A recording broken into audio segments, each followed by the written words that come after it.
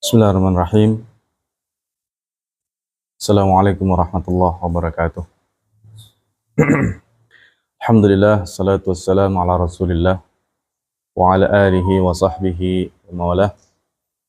Asyhadu an la ilaha illallah wahdahu la syarika lah wa asyhadu anna Muhammadan abduhu wa rasuluh, amma ba'd. Ikhwan, alhamdulillah pada kesempatan pagi hari ini untuk mengisi waktu kita di kesempatan yang semoga diberkahi Allah Subhanahu wa taala, kita akan menyebutkan perkara yang penting yang berkaitan dengan akan datangnya bulan Ramadan, di mana sebagai umat muslim, sebagai umat yang beragama Islam, tentu kita sangat berbahagia dengan semakin dekatnya bulan suci Ramadan. Bulan yang penuh dengan kemuliaan yang disebutkan oleh Allah Subhanahu wa taala, "Syahrul Ramadan alladzi unzila fihi al-Qur'an, hudan lin-nasi wa bayyinatin minal huda wal furqan."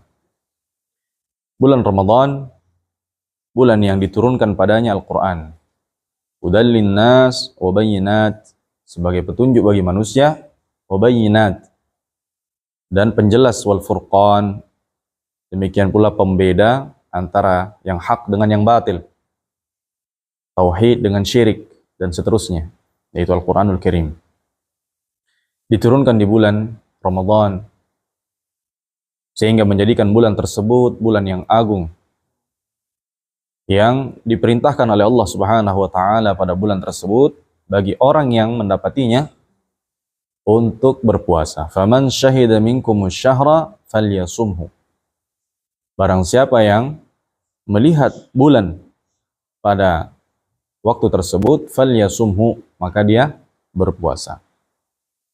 Maka ikhwan fiddin wal akhwat rahimani wa rahimakumullah, ada kiat-kiat untuk menyambut bulan Ramadan yang sepantasnya dilakukan oleh seorang muslim dan muslimah. Yang mana kiat-kiat ini insyaallah sangat berpengaruh nanti dalam amalan dan kualitas amalannya di bulan Ramadan. Ya, dimulai dari sekarang, tentunya di bulan Sya'ban. Yang pertama yang hendaknya dipersiapkan dan dilatih, dimatangkan untuk menyambut bulan Ramadan adalah an-niyah as-salihah. Niat yang benar, niat yang bagus, niat yang saleh. Nah, karena niat ini pondasi yang paling mendasar bagi seluruh amalan. Barang siapa yang niatnya tidak benar di dalam amalan-amalannya, maka amalan itu tak akan berguna, bahkan akan tertolak. Ya. Oleh karenanya, mempersiapkan dan mengevaluasi niat kita, selalu memperbarui niat dengan niat yang benar, ini adalah persiapan yang paling harus dipersiapkan. Kata Nabi SAW, "Innamal a'malu binniyat." Sesungguhnya saja amalan-amalan itu dengan niat. Kalau niatnya tidak benar, maka amalan itu akan bernilai tidak benar baginya. Dia akan mendapatkan sesuai dengan apa yang dia niatkan dalam hadis tersebut. Dan orang yang melakukan amalan kemudian memiliki niat-niat yang lain, apalagi tujuannya adalah arad minad dunya, bagian-bagian dari dunia, maka Allah Subhanahu wa taala tidak butuh amalan hambanya yang demikian. Kata Allah Subhanahu wa taala dalam hadis qudsi, "Ana aghna syuraka 'ani syirik." Saya adalah yang paling tidak membutuhkan sekutu. Saya Nah, ini aku, kata Allah Subhanahu wa taala, paling tidak membutuhkan ya dari sekutu. Man amila amalan asyraka fihi ma'i ghairi taraktuhu wa syirkahu. Barang siapa yang melakukan amalan lalu dia menyekutukan di dalam amalan tersebut dengan selain diriku, kata Allah Subhanahu wa taala, bersamaku, ya ini dia beramal amalan-amalan soleh namun niatnya tujuan lain. Kata Allah Subhanahu wa taala dalam hadis qudsi tersebut, taraktuhu, maka aku akan meninggalkannya, wa syirkahu, dan kesyirikan tersebut. Tidak bermanfaat ikhwah bagi seorang yang niatnya buruk. Maka mari kita perbaiki ya niat kita di dalam yakni amalan. Maka mempersiapkan niat ini adalah suatu kiat yang sangat harus dimulai dari sekarang. Kemudian yang kedua, kiat untuk mempersiapkan diri menyambut bulan Ramadan adalah at-taubah ilallahi ta'ala taubatan nasuha. Bersegera untuk bertobat dari sekarang. Bertobat kepada Allah Subhanahu wa taala dengan taubat yang benar, taubat yang jujur. Ya. Terlebih tatkala seorang itu terjatuh dalam dosa-dosa besar. Sebelum dia memasuki bulan Ramadan, bulan yang begitu agung, yang di dalamnya terdapat banyak keutamaan, ya, maka janganlah dia masuk dalam kondisi yakni kotor. Hendaknya dia masuk dalam kondisi Allah Subhanahu wa taala ya melihat dia dalam kondisi terbaiknya, menjadi hamba yang bertobat kepada Allah Subhanahu wa taala. Nah, maka orang yang menyambut bulan Ramadan dengan taubat, ini adalah bentuk menyambut bulan Ramadan dengan cara yang terbaik. Nah, ya, karena orang yang membiarkan dosa-dosanya dia bergelimangan dengan dosa, lalu dia membiarkan hal tersebut tanpa berusaha untuk bertobat kepada Allah Subhanahu wa taala, ini akan menjadikan hatinya semakin keras. Akan menjadikan hatinya semakin kotor, bahkan seperti gelas yang tertutup. Yang apa? Apabila nasihat itu diberikan kepadanya, tidak akan bermanfaat nasihat tersebut. Nah, peringatan itu disampaikan, tidak akan bermanfaat peringatan tersebut. Dan dikhawatirkan orang yang masih terus-menerus di dalam dosanya, kemudian masuk di bulan Ramadan, ya, ini akan menjadikan dia melalaikan amalan-amalan yang baik, tidak bergegas untuk meraih pahala sebanyak-banyak di bulan Ramadan. Karena dosanya saja dia masih tidak bertobat kepada Allah Subhanahu wa taala. Ya, bukankah Allah Subhanahu wa taala memerintahkan kita, "Wa tubu ilallahi jami'an." Bertobatlah kalian seluruhnya wahai ayyuhal mu'minun, orang-orang yang beriman, la'allakum tuflihun, agar kalian beruntung. Al-falah, keberuntungan, keberhasilan dengan taubat. Nah, dengan taubat.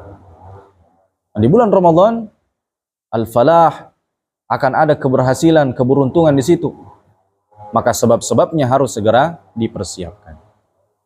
Kemudian yang ketiga adalah memperbanyak doa. Ya, karena dekatnya bulan Ramadan, ya, semakin dekatnya bulan Ramadan bukan suatu jaminan bahwa kita pasti akan berjumpa dengan bulan Ramadan. Maka seorang hamba berdoa kepada Allah Subhanahu wa taala, memperbanyak doa agar Allah mempertemukan dia dengan bulan Ramadan, memberikan kekuatan, memberikan taufik, ya, memudahkan amalannya di bulan Ramadan. Ini adalah suatu yang sangat dianjurkan. Nah, Allahumma sallimni ila Ramadan, ya Allah, sampaikanlah aku ke bulan Ramadan dengan jasad yang kuat, dengan tubuh yang kuat, sehingga memperbanyak doa di bulan, memperbanyak doa di hari-hari ini untuk diberi taufik dan kekuatan dan kemampuan di bulan Ramadan agar bisa maksimal di bulan Ramadan. Nah, kemudian Di antara perkara yang pantas untuk dipersiapkan adalah memperbanyak puasa sunnah di bulan ini. Karena ini bulan Ramadan, amalan yang paling spesial itu adalah puasa bulan Ramadan. Sehingga melatih diri untuk membiasakan puasa di hari-hari ini sangat penting. Agar tatkala dia masuk di bulan Ramadan, dia sudah terbiasa dengan ketaatan tersebut. Sehingga menjadikan amalan tersebut maksimal, optimal. Dia tidak lupa, tidak lalai dari berniatnya, dari menjaga syarat-syaratnya, menjaga jangan sampai melakukan pembatal-pembatalnya. Demikian, seorang itu akan terbiasa dengan suatu kebaikan tatkala dia membiasakannya. Nah, sebagaimana yang dilakukan oleh Nabi Shallallahu Alaihi Wasallam di bulan Sya'ban, beliau memperbanyak puasa. Kata Aisyah radhiyallahu anha, "Wa ma ra'aituhu aktsar siyaman minhu fi Sya'ban." Aku tidak pernah melihat Nabi SAW lebih banyak berpuasa daripada di bulan Sya'ban, puasa sunnah. Maka sepantasnya bagi kita untuk memperbanyak. Dan yang terakhir, dan ini penutup, yang sepantasnya untuk dipersiapkan juga adalah ini amalan hati ya, yaitu merasa bahagia, merasa senang dengan akan datangnya bulan Ramadan. Seorang mukmin itu wajib bergembira dan senang akan datangnya bulan Ramadan, dan tidak boleh dia menggerutu dalam hatinya. Nah, kalau ada seorang ketika bulan Ramadan itu mau datang, kemudian hatinya ini merasa berat, aduh datang lagi bulan Ramadan nih, puasa lagi kita ini, dan seterusnya, maka dikhawatirkan ada kemunafikan dalam hatinya. Maka mulai dari sekarang, tumbuhkan cinta kita kepada bulan yang mulia ini, karena Allah Subhanahu wa Ta'ala memberikan banyak dalam bulan tersebut rahmat, berkah. Sehingga dia mencintai bulan tersebut, menyambutnya dengan penuh sukacita. Semoga apa yang disampaikan tadi ya memberikan manfaat untuk kita, dan yang terpenting bisa kita amalkan di bulan-bulan ini. Yang bisa disampaikan ya ikhwah dan berikan manfaat. Alhamdulillah. Wassallallahu ala nabiyina Muhammadin wa ala alihi wa ashabihi wasallam. Wassalamualaikum warahmatullahi wabarakatuh.